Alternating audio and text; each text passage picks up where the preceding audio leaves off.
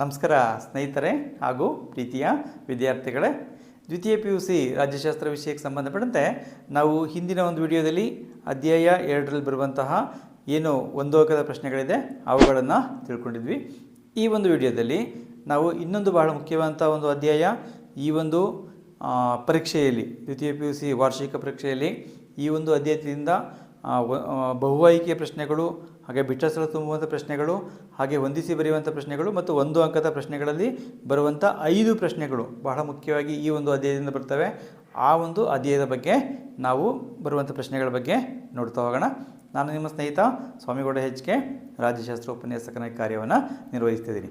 ಈ ಒಂದು ಅಧ್ಯಾಯ ಯಾವುದು ಅಂತ ನಾವು ನೋಡಿದಾಗ ಆ ಒಂದು ಅಧ್ಯಾಯ 4 ಸಾಮಾಜಿಕ ಚಳುವಳಿಗಳು ಮತ್ತು ಅವುಗಳ ರಾಜಕೀಯ ಪರಿಣಾಮಗಳು. ನೋಡಿ, ಈ ಒಂದು ಅಧ್ಯಾಯದಲ್ಲಿ ಈ ಒಂದು ವಾರ್ಷಿಕ ಪರೀಕ್ಷೆಯಲ್ಲಿ 5 ಅಂಕಗಳ ಒಂದು ಪ್ರಶ್ನೆಗಳು ಬರ್ತವೆ. ಒಂದು ಅಂಕದ ಪ್ರಶ್ನೆಗಳು ಅಂದರೆ ಇದರಲ್ಲಿ ನಾವು ಒಟ್ಟು 12 ಅಂಕಗಳಿದೆ. ಅದರಲ್ಲಿ 5 ಅಂಕದ ಒಂದು ಪ್ರಶ್ನೆ ಬರುತ್ತೆ, ಹಾಗೆ 2 ಅಂಕದ ಒಂದು ಪ್ರಶ್ನೆ ಬರುತ್ತೆ, ಹಾಗೆ ಜೊತೆಗೆ 5 ಅಂಕಕ್ಕೆ 1 ಅಂಕದ ಪ್ರಶ್ನೆಗಳು ಏನು ನಾನು ಈ ಒಂದು ವಿಡಿಯೋದಲ್ಲಿ ತಿಳಿಸ್ತೇನೆ ಆ ಒಂದು ಪ್ರಶ್ನೆಗಳು ಬರ್ತವೆ. ಹಾಗಾಗಿ ಈ ಒಂದು ವಿಡಿಯೋದಲ್ಲಿ ಬರುವಂಥ 39 ಪ್ರಶ್ನೆಗಳಿದೆ. ಅವುಗಳನ್ನ ಗಮನ ಇಟ್ಟು ನೋಡಿಕೊಂಡು ಅವುಗಳಿಗೆ ಸಿದ್ಧವಾದರೆ 5 ಪ್ರಶ್ನೆಗಳು ಖಂಡಿತವಾಗಿ ಬರ್ತವೆ. ನೋಡಿ, ಇಲ್ಲಿ ನಾವು ಕೆಳಗಿನ ಒಂದು ಮೊದಲನೇ ಒಂದು ಇದರಲ್ಲಿ ನೋಡುವಂಥದ್ದು ಕೆಳಗಿನ ಪ್ರಶ್ನೆಗಳಿಗೆ ಸರಿಯಾದ ಉತ್ತರಗಳನ್ನು ಆಯ್ಕೆ ಮಾಡಿ ಬರೆಯಿರಿ ಅಂತಿರುತ್ತೆ. ಈ ಒಂದು ವಿಭಾಗದಲ್ಲಿ ಬರುವಂಥ ಪ್ರಶ್ನೆಗಳು ಸಾಮಾನ್ಯವಾಗಿ ನೀವು ಗಮನಿಸ್ಕೋಬೋದು. ಇಲ್ಲಿ ಏನಂತಂದರೆ, ಒಂದು ನಾಸಿಕದ ಕಲಾರಾಮ್ ದೇವಸ್ಥಾನವನ್ನು ಪ್ರವೇಶಿಸಿದ ಮೊದಲ ದಲಿತ ನಾಯಕ ಅಂತ ಇದೆ. ಪ್ರಶ್ನೆಯನ್ನು ಗಮನಿಸ್ಕೊಳ್ಳಿ. ಇದಕ್ಕೆ 4 ಆಯ್ಕೆಗಳಿರ್ತವೆ. ಸರಿಯಾದಂಥ ಉತ್ತರ ಯಾವುದು ಅಂತಂದಾಗ ಇದಕ್ಕೆ option B doctor BR Ambedkar ಸರಿಯಾದಂಥ ಉತ್ತರ ಆಗಿದೆ. ಹಾಗೆ ನಾವು ನೆಕ್ಸ್ಟ್ ಪ್ರಶ್ನೆಗೆ ಹೋದಂಥ ಸಂದರ್ಭದಲ್ಲಿ ಮನುಸ್ಮೃತಿಯನ್ನು ಅಳವಡಿಸಿದ ಇಸವಿ ಅಂತ ಇದೆ. ಇದಕ್ಕೆ 4 ಆಯ್ಕೆಗಳಿದೆ. ಕ್ರಿಸ್ತಪೂರ್ವ 180, ಕ್ರಿಸ್ತಪೂರ್ವ 185, ಕ್ರಿಸ್ತಶಕ 185, ಕ್ರಿಸ್ತಪೂರ್ವ 189 ಅಂತ ಇದೆ. ಇಲ್ಲಿಗೆ ಸರಿಯಾದಂಥ ಉತ್ತರ ಯಾವುದು ಅಂತ ನಾವು ನೋಡಿದಾಗ ಆಪ್ಷನ್ ಬಿ ಕ್ರಿಸ್ತಪೂರ್ವ 185 ಇದು ಸರಿಯಾದಂಥ ಉತ್ತರ ಆಗಿದೆ. ಹಾಗೆ ನಾವು ಮುಂದಿನ ಒಂದು ಪ್ರಶ್ನೆಗೆ ಹೋದಾಗ ಅಕ್ಷರ ಕ್ರಾಂತಿ ಪರಿಕಲ್ಪನೆಯನ್ನು ಪ್ರತಿಪಾದಿಸಿದವರು ಅಂತಿದೆ. ಅಕ್ಷರ ಕ್ರಾಂತಿ ಪರಿಕಲ್ಪನೆಯನ್ನು ಪ್ರತಿಪಾದಿಸಿದವರು ಯಾರು ಅಂತಂದಾಗ ಇದಕ್ಕೆ ಸರಿಯಾದಂಥ ಉತ್ತರ ಆಪ್ಷನ್ ಬಿ ಜ್ಯೋತಿ ಬಾಪುಲೆ ಇದು ಸರಿಯಾದಂಥ ಉತ್ತರ ಆಗಿದೆ. ಹಾಗೆ ನಾವು ಇನ್ನೊಂದು ಪ್ರಶ್ನೆಗೆ ಹೋಗೋಣ. ಮುಂದಿನ 4ನೇ ಪ್ರಶ್ನೆಗೆ ರಾಷ್ಟ್ರೀಯ ಮಹಿಳಾ ಆಯೋಗ ಸ್ಥಾಪನೆಯಾದ ಇಸವಿ ಅಂತ ಇದೆ. ರಾಷ್ಟ್ರೀಯ ಮಹಿಳಾ ಆಯೋಗ ಸ್ಥಾಪನೆಯಾದಂಥ ಇಸವಿ ಯಾವುದು ಅಂತಂದಾಗ ಇದಕ್ಕೆ ಸರಿಯಾದಂಥ ಉತ್ತರ ಆಪ್ಷನ್ ಬಿ 1992 ಸರಿಯಾದಂಥ ಉತ್ತರ ಆಗಿದೆ. ಹಾಗೆ ನಾವು ಮುಂದಿನ ಒಂದು ಪ್ರಶ್ನೆಗೆ ಹೋಗೋಣ. ನೋಡಿ, ಇಲ್ಲಿ ಈ ಕೆಳಗಿನ ಚಿತ್ರವನ್ನು ಪರಿಗಣಿಸಿ ಮತ್ತು ಮಹಿಳೆಯರಿಗೆ ಶಿಕ್ಷಣವನ್ನು ಪ್ರಾರಂಭಿಸಿದ ಪ್ರಥಮ ಶಿಕ್ಷಕಿಯನ್ನು ಗುರುತಿಸಿ ಅಂತೇಳಿ ಒಂದು ಚಿತ್ರವನ್ನು ನೀಡಲಾಗಿದೆ. ಆ ಚಿತ್ರವನ್ನು ಗಮನಿಸ್ಕೊಳ್ಳಿ. ಆ ಚಿತ್ರದಲ್ಲಿ ಇರುವಂಥ ಮಹಿಳೆ ಯಾರು ಅಂತಂದಾಗ ಬಹಳ ಮುಖ್ಯವಾಗಿ ನಾವು ಇದನ್ನು ನೆನ್ಪಿಟ್ಕೊಂಡಿರಬೇಕು. ಈ ಚಿತ್ರದ ಬಗ್ಗೆ ಕೇಳುವಂಥ ಸಾಧ್ಯತೆಗಳಿರ್ತವೆ. ಸರಿಯಾದಂಥ ಒಂದು ಉತ್ತರ ಯಾವುದು ಅಂತಂದಾಗ ಸಾವಿತ್ರಿ ಬಾಪುಲೆ ಇದು ಸರಿಯಾದಂಥ ಉತ್ತರ. ಮುಂದಿನ ಒಂದು ಪ್ರಶ್ನೆಯನ್ನು ನೋಡುವಾಗ ಇಲ್ಲಿ 6ನೆಯ ಪ್ರಶ್ನೆ AITUC ಅನ್ನು ವಿಸ್ತರಿಸಿ ಅಂತ ಇದೆ. ನೋಡಿ, ಇದು ಸ್ವಲ್ಪ ಕಠಿಣವಾದಂಥ ಪ್ರಶ್ನೆ, ಆದರೂ ಉತ್ತರವನ್ನು ತುಂಬ ಸುಲಭವಾಗಿ ಗುರುತಿಸಲಿಕ್ಕೆ ಸಾಧ್ಯ ಆಗುತ್ತೆ. ಏಕೆಂದರೆ ಇಲ್ಲಿ ಆಯ್ಕೆಗಳನ್ನ ಕೊಡಲಾಗಿದೆ. ಆಯ್ಕೆಗಳನ್ನು ಕೊಟ್ಟು ಮತ್ತೆ ಕೊನೆಗೆ ನಿಮಗೆ ಏನು ಆಪ್ಷನ್ಗಳಿರ್ತವೆ ಆ ಆಪ್ಷನ್ಗಳನ್ನ ನೀಡಲಾಗಿದೆ. ಇಲ್ಲಿ ನಾವು 4 ಅಂಶಗಳಿದೆ. ಆ 4 ಅಂಶಗಳಲ್ಲಿ ಸರಿಯಾದ ಉತ್ತರ ಯಾವುದು ಅಂತೇಳಿ ಆಯ್ಕೆಯನ್ನು ಮಾಡಿ ಬರೀಬೇಕಾಗುತ್ತೆ. ಹಾಗಾಗಿ ಇಲ್ಲಿ ABCD ಅಂತ ಏನು ಆಯ್ಕೆಗಳಿದೆ ಇದರಲ್ಲಿ ಸರಿಯಾದಂಥ ಉತ್ತರವನ್ನು ಆಯ್ಕೆ ಮಾಡಿ ವಿದ್ಯಾರ್ಥಿಗಳು ಬರೀಬೇಕಾಗತ್ತೆ. ಇಲ್ಲಿ ಸರಿಯಾದಂಥ ಉತ್ತರ ಯಾವುದು ಅಂತಂದಾಗ all India trade Union Congress ಅದೊಂದು ಮಾತ್ರ ಸರಿಯಾಗಿದೆ. ಹಾಗಾಗಿ ಆಪ್ಷನ್ ಸಿ ಏನಿದೆ ಇದು ಸರಿಯಾದಂಥ ಉತ್ತರ. ಹಾಗಾಗಿ ಆಪ್ಷನ್ ಸಿ 3 ಮಾತ್ರ ಎಂಬುದು ಸರಿಯಾದಂಥ ಉತ್ತರ ಆಗಿದೆ. ಅದನ್ನು ಗುರುತಿಸಿ ಬರೀಬೇಕಾಗುತ್ತೆ. ಹಾಗೆ ನಾವು ಮುಂದಿನ ಒಂದು ಪ್ರಶ್ನೆಗೆ ಹೋದಾಗ ಕಾರ್ಮಿಕ ದಿನಾಚರಣೆಯನ್ನು ಆಚರಿಸುವ ದಿನ ಇದು ತುಂಬ ಸುಲಭವಾದಂಥ ಪ್ರಶ್ನೆ, ಆದರೆ ಬಹಳ ಮುಖ್ಯವಾಗಿ ಕೇಳ್ತಾರೆ. ಹಲವಾರು ಸಂದರ್ಭದಲ್ಲಿ ಇದನ್ನು ಕೇಳಿದ್ದಾರೆ. ಸೊ ಇದನ್ನು ನೆನ್ಪಿಟ್ಕೊಳ್ಳಿ. ಕಾರ್ಮಿಕ ದಿನ ಅಂತ ಯಾವ ದಿನವನ್ನು ನಾವು ಆಚರಣೆ ಮಾಡ್ತೀವಿ ಅಂತಂದಾಗ ಮೇ 1 ಅಥವಾ 1ನೇ ಮೇ ಏನಿದೆ ಬಿ ಆಪ್ಷನ್ ಇದು ಸರಿಯಾದಂಥ ಉತ್ತರ ಆಗಿದೆ.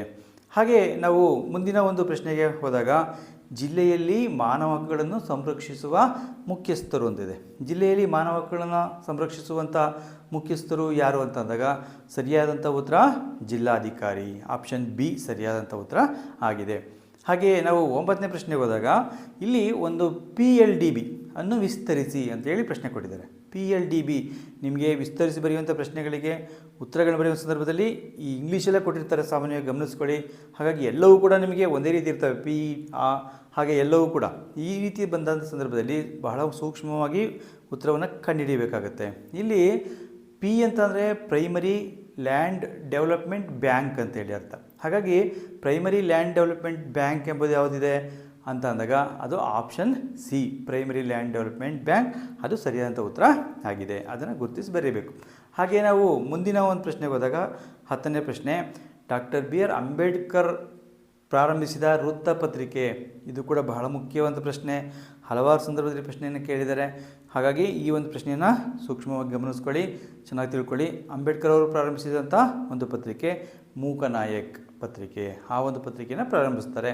ಹಾಗಾಗಿ ಇದನ್ನು ನೆನ್ಪಿಟ್ಕೋಬೇಕಾಗುತ್ತೆ. ಹಾಗೆ ನೆಕ್ಸ್ಟ್ ನಾವು ನೋಡುವಂಥ ಪ್ರಶ್ನೆ, ವೇದಗಳ ಕಾಲದ ಅವಧಿಯಲ್ಲಿ ಎಷ್ಟು ವರ್ಣಗಳು ಅಸ್ತಿತ್ವದಲ್ಲಿದ್ದವು ಅಂತಿದೆ.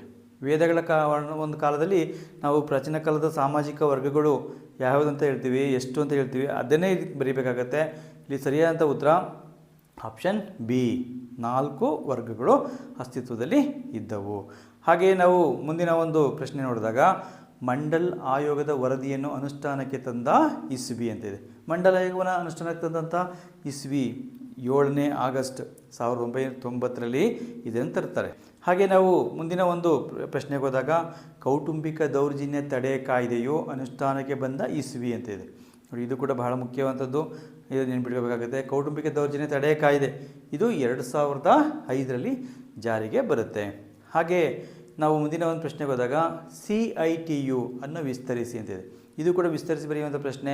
ಇಲ್ಲಿ ಇಂಗ್ಲೀಷಲ್ಲಿ ಕೊಟ್ಟಿದ್ದಾರೆ, ವಿದ್ಯಾರ್ಥಿಗಳು ಕನ್ನಡ ಮೀಡಿಯಂ ವಿದ್ಯಾರ್ಥಿಗಳು ಸೂಕ್ಷ್ಮವಾಗಿ ಗಮನಿಸ್ಕೊಂಡು ಉತ್ತರವನ್ನು ಬರೀಬೇಕಾಗುತ್ತೆ. ಇದಕ್ಕೆ ಸರಿಯಾದಂಥ ಉತ್ತರ ಯಾವುದಂತಂದಾಗ option B, Centre for Indian Trade Unions, ಇದು ಸರಿಯಾದಂಥ ಉತ್ತರ ಆಗಿದೆ. ಹಾಗೆ ನಾವು 15ನೇ ಪ್ರಶ್ನೆಗೆ ಹೋದಾಗ ಇಲ್ಲಿ ನಾವು ಗಮನಿಸ್ಬೋದು, ರಾಷ್ಟ್ರೀಯ ಮಾನವ ಹಕ್ಕುಗಳ ಆಯೋಗವು ಅಸ್ತಿತ್ವಕ್ಕೆ ಬಂದ ಇಸ್ವಿ.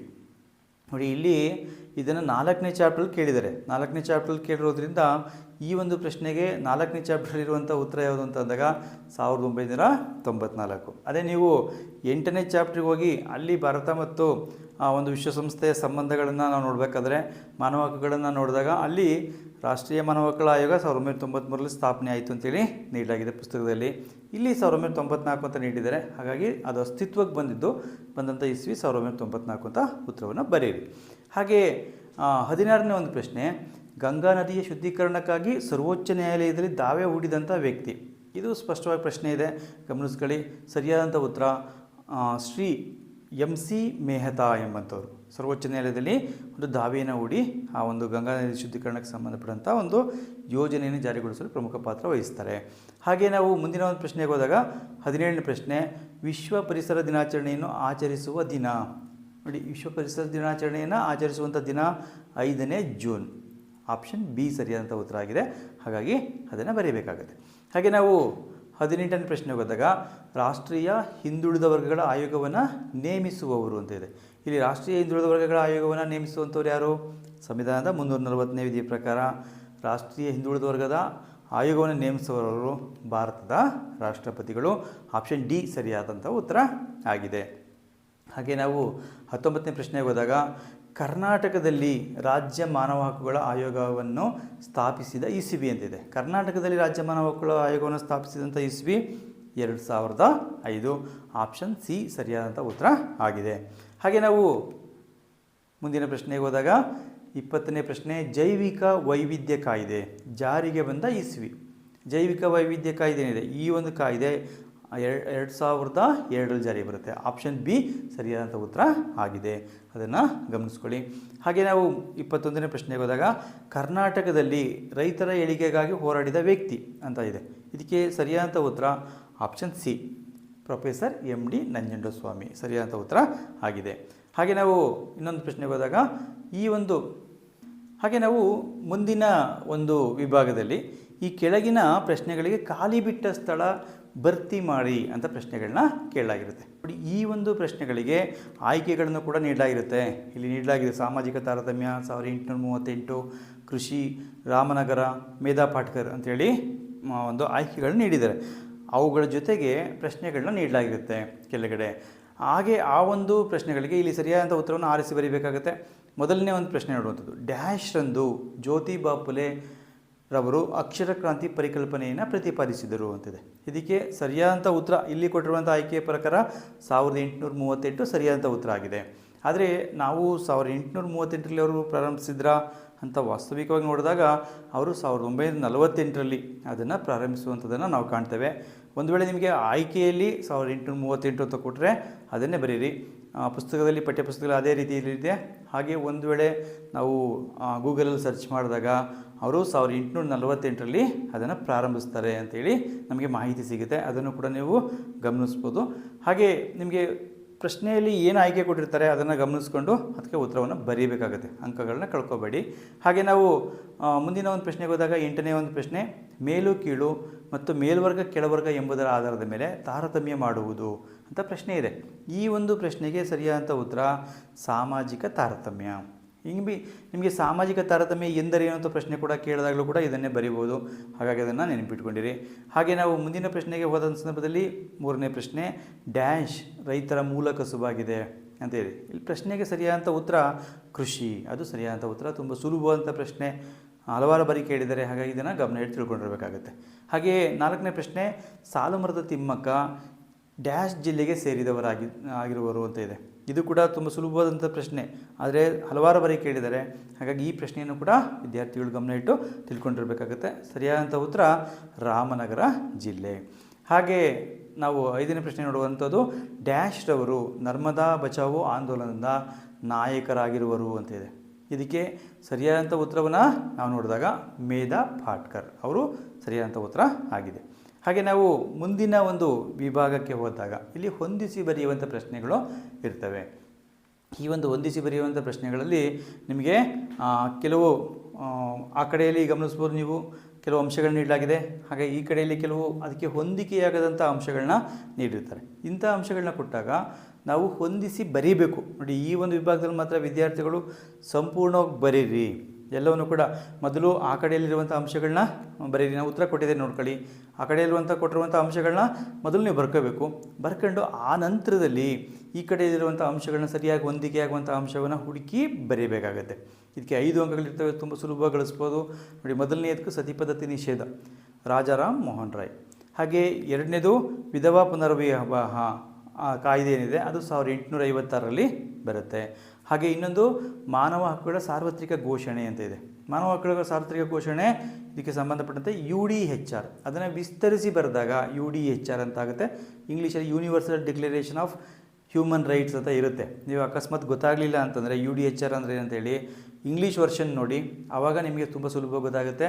ಅಲ್ಲಿ universal declaration of human rights ಅಂತ ಇರುತ್ತೆ, ಅದನ್ನು ಹೊಂದಿಸಿ ಬರೀಬೋದು.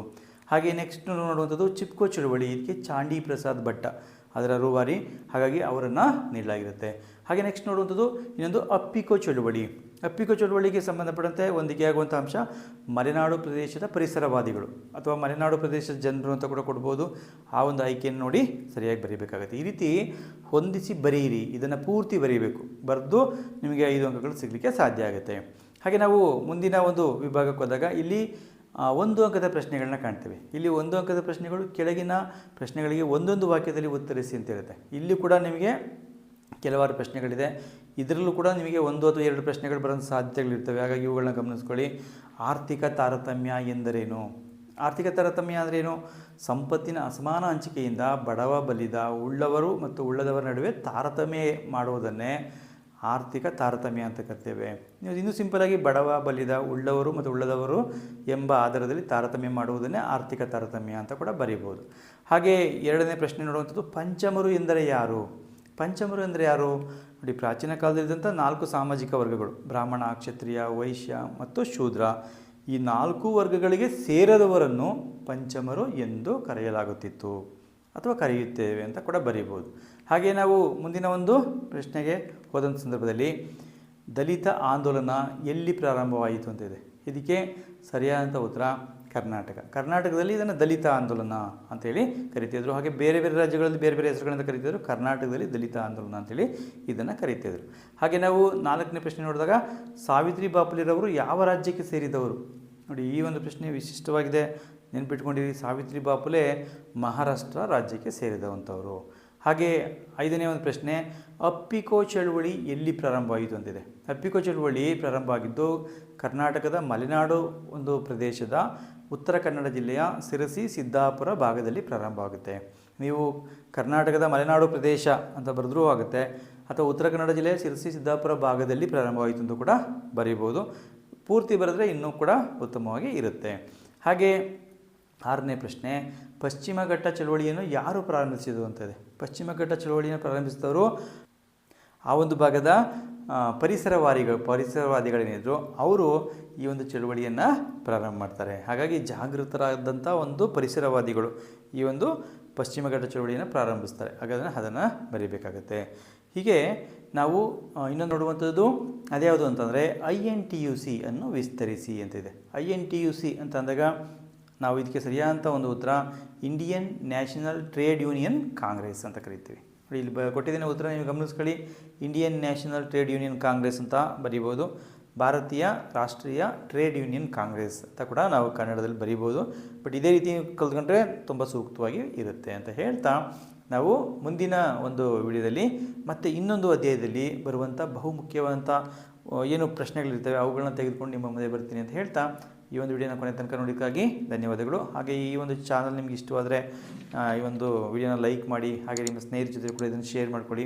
ಹಾಗೆ ಈ ಒಂದು ಚಾನಲ್ನ ನೀವು ಸಬ್ಸ್ಕ್ರೈಬ್ ಮಾಡ್ಕೊಂಡಿಲ್ಲ ಅಂತಂದರೆ ಸಬ್ಸ್ಕ್ರೈಬ್ ಮಾಡಿಕೊಡಿ. ಸಬ್ಸ್ಕ್ರೈಬ್ ಮಾಡಿಕೊಂಡು ಪಕ್ಕದಲ್ಲಿರುವಂಥ ಬೆಲ್ ಬಟನ್ ಕ್ಲಿಕ್ ಮಾಡಿ ನೋಟಿಫಿಕೇಷನ್ನ ಆಲ್ ಅಂತ ಸೆಟ್ ಮಾಡಿಕೊಂಡ್ರೆ ನಾನು ಮುಂದೆ ಮಾಡುವಂಥ ವಿಡಿಯೋಗಳು ಅಪ್ಲೋಡ್ ಮಾಡಿದ ತಕ್ಷಣ ನಿಮಗೆ ನೇರವಾಗಿ ನೋಟಿಫಿಕೇಷನ್ ಬರುತ್ತೆ. ನೀವು ಅವುಗಳ ಅನುಕೂಲವನ್ನು ಪಡ್ಕೊಳ್ಳಿಕ್ಕೆ ಸಾಧ್ಯ ಆಗುತ್ತೆ ಅಂತ ಹೇಳ್ತಾ, ಮತ್ತೊಮ್ಮೆ ಧನ್ಯವಾದಗಳು. ಆಲ್ ದ ಬೆಸ್ಟ್ ಅಂತ ಹೇಳ್ತಾ ನಮಸ್ಕಾರ.